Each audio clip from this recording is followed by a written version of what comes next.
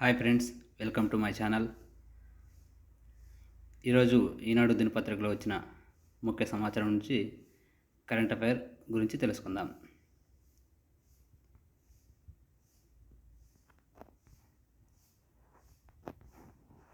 మొదటి ప్రశ్న, ప్రస్తుత భారత పురుషుల హాకీ జట్టు కెప్టెన్ ఎవరు? సమాధానం మన్ప్రీత్ సింగ్ పవార్. రెండవ ప్రశ్న, హాకీ పురుషుల ఆసియా ఛాంపియన్స్ ట్రోఫీ ప్రస్తుతం ఎక్కడ జరుగుతున్నది? ఆన్సర్ బంగ్లాదేశ్ రాజధాని ఢాకాలో. మూడవ ప్రశ్న,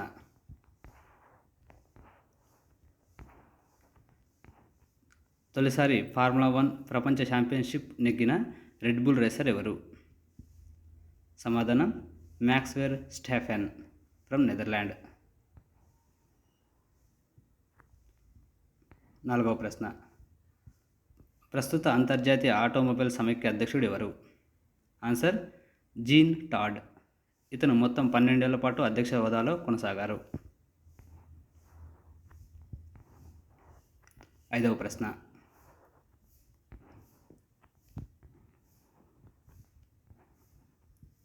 ఇటీవల భారత ప్రధాని నరేంద్ర మోడీకి భూటాన్ యొక్క ఏ అత్యుత్తమ పురస్కారంను ప్రదానం చేశారు? Answer order of the Druk Gyalpo award. Bhutan ప్రధానమంత్రి లోతై షేరింగ్, భూటాన్ రాజు జిగ్మే సెంగర్ నాంగ్మే వాంగ్చుక్. ఈ పురస్కారాన్ని భూటాన్ యొక్క స్థానిక భాషలో నక్ దక్ ఫెల్ జీ ఖుర్లో అని పిలుస్తారు. ఈ పురస్కారాన్ని భారత ప్రధాని నరేంద్ర మోడీకి ప్రదానం చేయడానికి ముఖ్య కారణం కోవిడ్-19 మహమ్మారి సమయంలో భారత్ సాయం మరవలేమని, అందుకు గాను ఈ బహుమతి అందించడం జరుగుతుందని భూటాన్ రాజు పేర్కొన్నాడు. అయితే గతంలో భారత ప్రధాని నరేంద్ర మోడీకి బహుకరించిన కొన్ని పురస్కారాల గురించి తెలుసుకుందాం. మొదటిది, అమెరికా ప్రభుత్వం సాయుధ దళాల అవార్డు అయిన లీజియన్ ఆఫ్ మెరిట్ అవార్డును సత్కరించారు. రెండవది, 2019లో రష్యా తమ దేశ అత్యుత్తమ పౌర పురస్కారమైన order of the Saint Andrew పురస్కారాన్ని బహుకరించారు. అదేవిధంగా అదే సంవత్సరంలో యుఏఈ దేశానికి చెందిన ఆర్డర్ ఆఫ్ ది జాయద్ అవార్డును అందించడం జరిగింది. బొగ్గుకు అంచెలంచెలుగా మంగళం అనే ఆర్టికల్పై ఆరవ ప్రశ్న,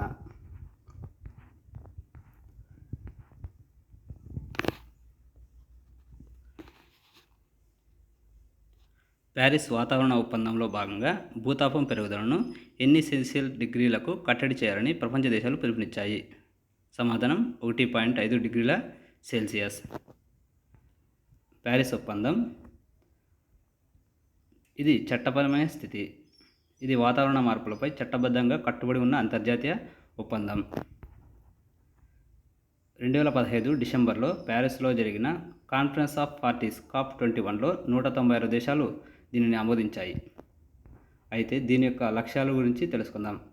మొదటి లక్ష్యం గ్లోబల్ వార్మింగ్ను 2 డిగ్రీల సెల్సియస్ కంటే తక్కువగా పరిమితం చేయడం మరియు పారిశ్రామిక పూర్వ స్థాయిలలో పోల్చితే దానిని 1.5 డిగ్రీల సెల్సియస్కు పరిమితం చేయడం మంచిదని నిర్ణయానికి వచ్చారు. రెండవ లక్ష్యం దీర్ఘకాలిక ఉష్ణోగ్రత లక్ష్యాన్ని సాధించడానికి శతాబ్దపు మధ్య నాటికి వాతావరణ తటస్థ ప్రపంచాన్ని సాధించడానికి వీలైనంత త్వరగా గ్రీన్ హౌస్ వాయు ఉద్గారాల ప్రపంచ శిఖరాన్ని చేరుకోవాలని మొత్తం దేశాలు లక్ష్యంగా పెట్టుకున్నాయి. అయితే ఇటీవల కాలంలో జరిగిన COP26 గురించి తెలుసుకుందాం. ఇటీవల బ్రిటన్లోని గ్లాస్గోలో COP26 జరిగింది. ఈ సమ్మిట్లో భారత్ యొక్క కట్టుబాట్ల గురించి పేర్కొనడం జరిగింది. ఈ కట్టుబాట్ల గురించి ప్రధాని నరేంద్ర మోడీ ప్రకటించారు. ఇందులో భారతదేశం తరఫున తన జాతీయ ప్రకటనను అందిస్తున్నప్పుడు COP26 వద్ద వాతావరణ చర్యల పట్ల భారతదేశం నుండి 5 కట్టుబాట్లను పీఎం సమర్పించారు. వీటితో పాటు 2030 నాటికి భారతదేశం యొక్క నాన్ ఫాసిల్ ఇంధన శక్తి సామర్థ్యాన్ని 500 గిగావాట్లకు తీసుకెళ్లడం ముఖ్య ఉద్దేశం. అదేవిధంగా 2030 నాటికి పునరుత్పాదక శక్తి ద్వారా భారత్ యొక్క 50% ఇంధన అవసరాలను పూర్తి చేయడం జరుగుతుంది. 2030 నాటికి భారతదేశ ఆర్థిక వ్యవస్థ యొక్క కార్బన్ తీవ్రతను 45% కంటే ఎక్కువగా తగ్గించడం జరుగుతుంది. ఇప్పటి నుండి 2030 వరకు నికర అంచనా కర్బన ఉద్గారాలను 1 బిలియన్ టన్నులకు తగ్గించడం ముఖ్య లక్ష్యం. అయితే 2070 నాటికి నికర సున్నా కార్బన్ ఉద్గార లక్ష్యాన్ని చేరుకోవాలని నిర్ణయం తీసుకున్నారు.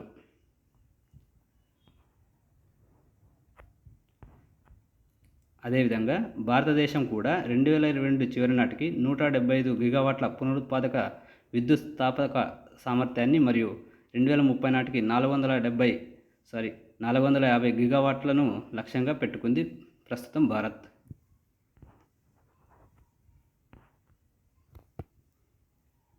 ఏడవ ప్రశ్న, ప్రస్తుతం బొగ్గు ఆధారిత విద్యుత్ కేంద్రాల సంఖ్య ప్రపంచంలోనే అత్యధికంగా కలిగిన దేశాలను గురించి తెలపండి.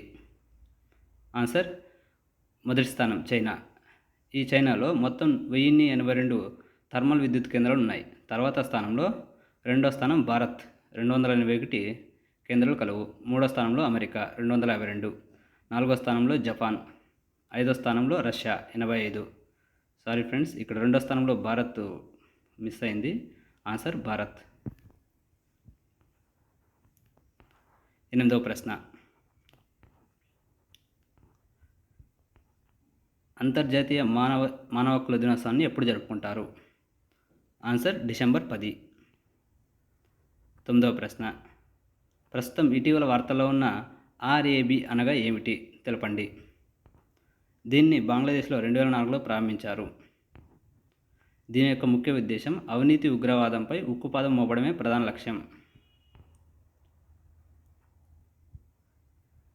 బంగ్లాదేశ్ ర్యాపిడ్ యాక్షన్ బెటాలియన్కి చెందిన 7 మాజీ మరియు ప్రస్తుత ఉన్నత స్థాయి అధికారులపై పెద్ద ఎత్తున మానవ హక్కుల ఉల్లంఘన ఆరోపణలపై అమెరికా ప్రభుత్వం ఆంక్షలు విధించింది. దేశంలోని పోలీసు దళంలోని అత్యంత ప్రతిష్టాత్మకమైన యాంటీ క్రైమ్ మరియు యాంటీ టెర్రరిజం యూనిట్ డ్రగ్పై యుద్ధం ప్రకటించినప్పటికీ న్యాయ వ్యతిరేక హత్యలు మరియు బలవంతంగా అదృశ్యం కావడం వంటి ఆరోపణలకు సంబంధించిన హక్కుల సంస్థలు ముగింపులో ఉంది. అందువల్ల బంగ్లాదేశ్ దేశానికి చెందిన 7 అమెరికా ప్రభుత్వం చర్యలు తీసుకుంది, అనగా ఆంక్షలు విధించింది. 10వ ప్రశ్న, ఇటీవల కాలంలో ప్రజాస్వామ్య సదస్సు అనే పేరిట ఏ దేశం సదస్సు నిర్వహించింది? Answer America. మొత్తం 111 దేశాలతో ఈ సదస్సును నిర్వహించడం జరిగింది. 11వ ప్రశ్న, జాతీయ హరిత ట్రిబ్యునల్ ఎప్పుడు ఏర్పడింది? Answer 2010 October 18. National green tribunal చైర్పర్సన్గా మొదటి వ్యక్తి Lokeshwar Singh Panta. National green tribunal ప్రధాన కార్యాలయం న్యూఢిల్లీలో కలదు. నేషనల్ గ్రీన్ ట్రిబ్యునల్ ప్రస్తుత చైర్మన్ ఆదర్శ్ కుమార్ గోయల్. 12వ ప్రశ్న, ఇటీవల దేశంలోనే మొట్టమొదటి అంతర్జాతీయ ఆర్బిట్రేషన్ మెడిటేషన్ కేంద్రాన్ని ఎక్కడ ఏర్పాటు చేశారు? Answer Hyderabad from Telangana. తెలంగాణ ముఖ్యమంత్రి కె చంద్రశేఖరరావు, భారత ప్రధాన న్యాయమూర్తి జస్టిస్ ఎన్వి రమణ శనివారం నానక్రామ్గూడలోని ఫినిక్స్ వీకే టవర్స్లో అంతర్జాతీయ మధ్యవర్తిత్వ కేంద్రాన్ని ప్రారంభించారు, IAMC. దీని ఏర్పాటు ముఖ్య ఉద్దేశం తగినంత మంది న్యాయమూర్తులు లేకపోవడంతో తలెత్తిన సమస్యలను త్వరగా పరిష్కరించేందుకు IAMC తెరవబడింది. అంతకుముందు జస్టిస్ రమణ మాట్లాడుతూ IAMC వాణిజ్య వివాదాలను పరిష్కరించడంలో మాత్రమే పరిమితం కాదని, సాధారణ ప్రజల వివాదాలను కూడా పరిష్కరించిందని పేర్కొన్నారు.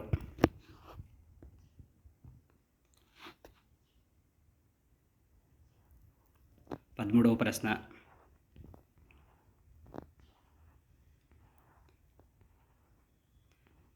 ఇటీవల కాలంలో ప్రపంచ ఆరోగ్య సంస్థ అత్యవసర వినియోగం కింద భారతదేశానికి చెందిన కోవాక్సిన్ టీకాను అనుమతించింది. అయితే దానిని ఉత్పత్తి చేసిన సంస్థ ఏది?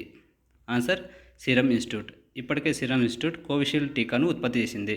ప్రపంచ ఆరోగ్య సంస్థ ఏర్పడింది 1948 ఏప్రిల్ 7. ప్రపంచ ఆరోగ్య సంస్థ ఏర్పడిన సందర్భంగా అంతర్జాతీయ ఆరోగ్య దినోత్సవాన్ని ఏప్రిల్ 7వ తేదీన జరుపుకుంటారు. ప్రస్తుత ప్రపంచ ఆరోగ్య సంస్థ డైరెక్టర్ జనరల్ టెడ్రోస్ అథనామ్.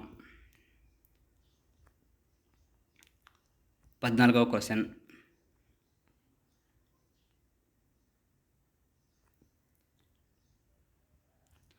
ఇటీవల కాలంలో సంచలనం సృష్టించిన పెగాసస్పై ఏ రాష్ట్ర ప్రభుత్వం ఏర్పాటు చేసిన విచారణ కమిటీని ఇటీవల భారత సర్వోన్నత న్యాయస్థానం నిలుపుదల చేస్తున్నట్లు ప్రకటించింది?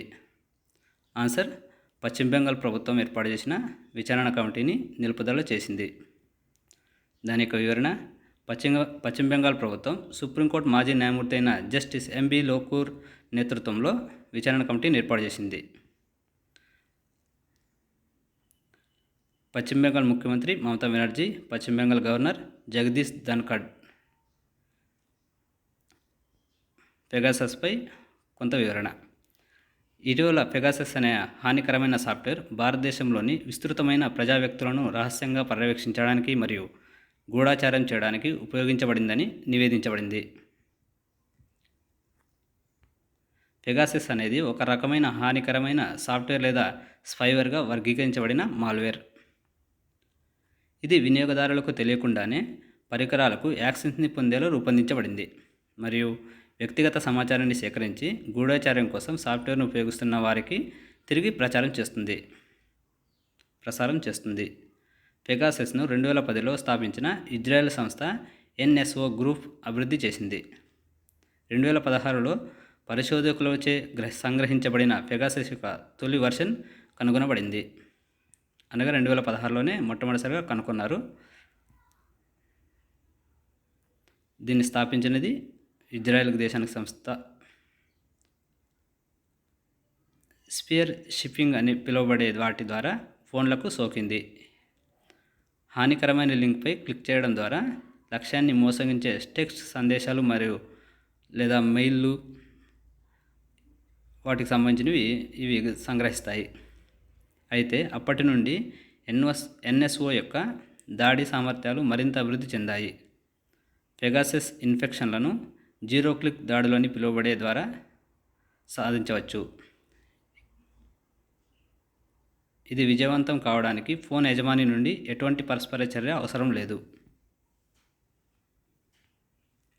15వ ప్రశ్న.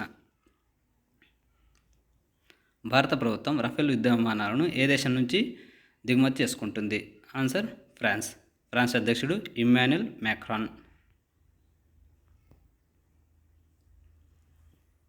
ఇటీవల Indian air force Ambala air base వద్ద French Rafale aviation combat air క్రాఫ్ట్ల యొక్క మొదటి బ్యాచ్ను 36లో 5ను దిగుమతి చేసుకుంది.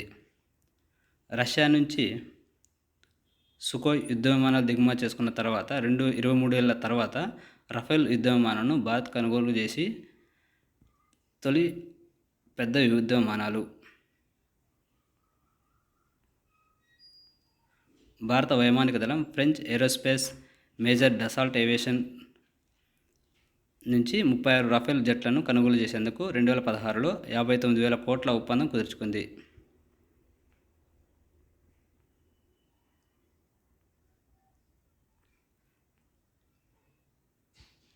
చివరి ప్రశ్న. గ్రామ న్యాయాలయ చట్టాన్ని ఎప్పుడు చేశారు? ఆన్సర్ 2008. ప్రస్తుత కేంద్ర న్యాయశాఖ మంత్రి కిరణ్ రిజిజు. వివరణ: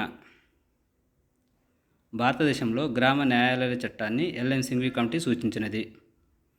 దీన్ని భారత పార్లమెంట్ 2008లో చట్టం చేసి ఆమోదించినది. ఇది 2009 అక్టోబర్ నుండి అమల్లోకి వచ్చాయి. అయితే హైకోర్టును సంప్రదించి రాష్ట్ర ప్రభుత్వాలు ఏర్పాటు చేయబడిన ఈ న్యాయస్థానాలు గ్రామీణ సంచార న్యాయస్థానాలుగా పనిచేస్తాయి. వీటిని first class magistrate, judicial magistrate నిర్వహిస్తారు, అనగా న్యాయ విచారణ చేపడతారు. వీటికి హైకోర్టును సంప్రదించి ఆయా రాష్ట్ర ప్రభుత్వాలు గ్రామ న్యాయాలయాలకు న్యాయాధికారులను నియమిస్తారు. Okay friends, thank you. మీకు ఈ వీడియో నచ్చినట్లయితే షేర్ చేయండి, లైక్ చేయండి, సబ్స్క్రైబ్ చేసుకోండి.